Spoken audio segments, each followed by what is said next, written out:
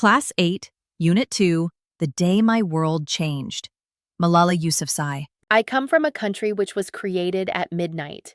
When I almost died, it was just after midday.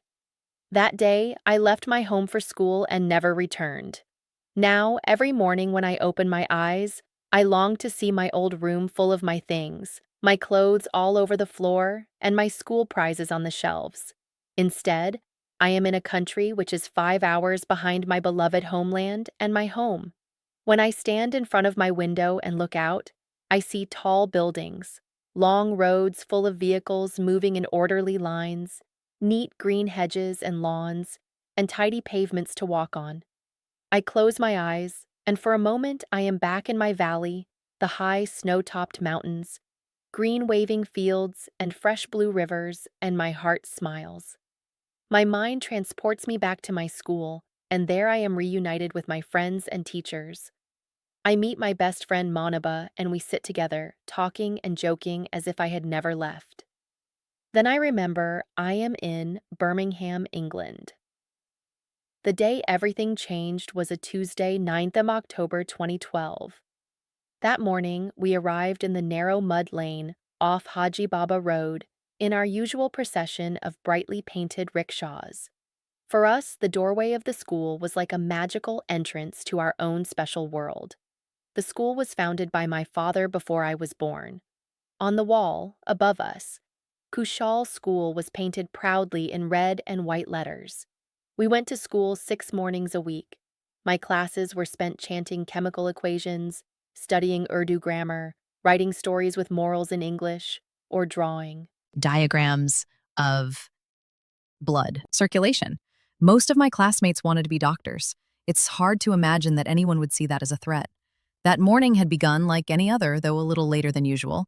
It was exam time, so school started at 9 instead of 8. I slept in the long room at the front of our house. The only furniture was a bed and a cabinet which I had bought. I had won some money as an award for campaigning for peace in our valley and the right for girls to go to school.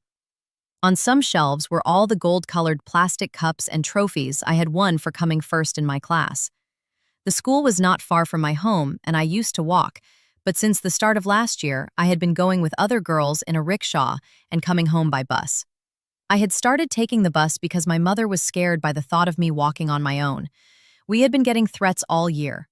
Some of these threats were found in the newspapers, some were notes or messages passed on by people.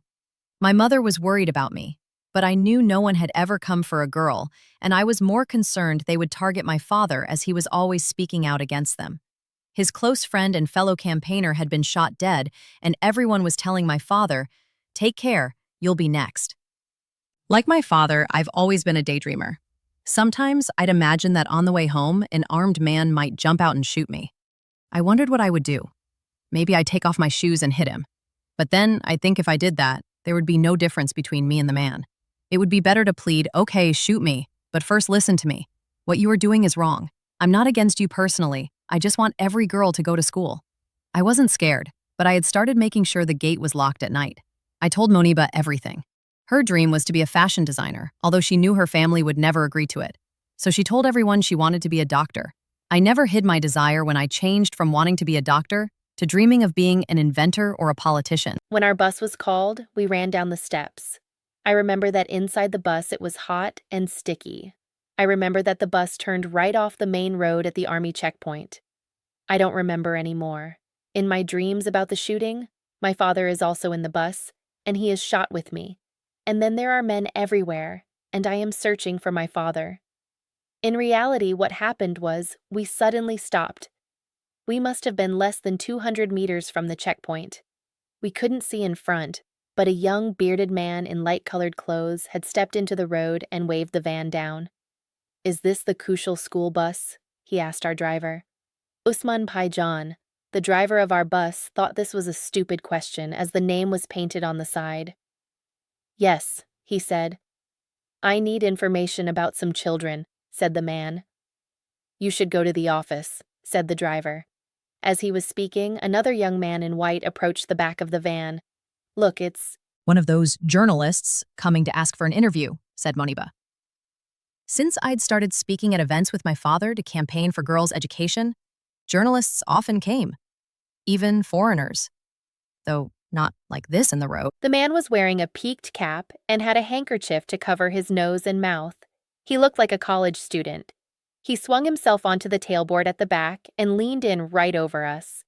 "Who is Malala?" he demanded. No one said anything, but several of the girls looked at me. I was the only girl with my face not covered. That's when he lifted up a black pistol. Some of the girls screamed.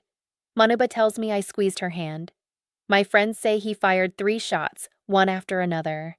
The first went through my left eye socket and out under my left shoulder. The other 2 bullets hit the girls next to me. My friends later told me the gunman's hand was shaking as he fired. By the time we got to the hospital, my long hair and Manuba's lap were full of blood. Who is Malala? I am Malala, and this is my story. Adapted.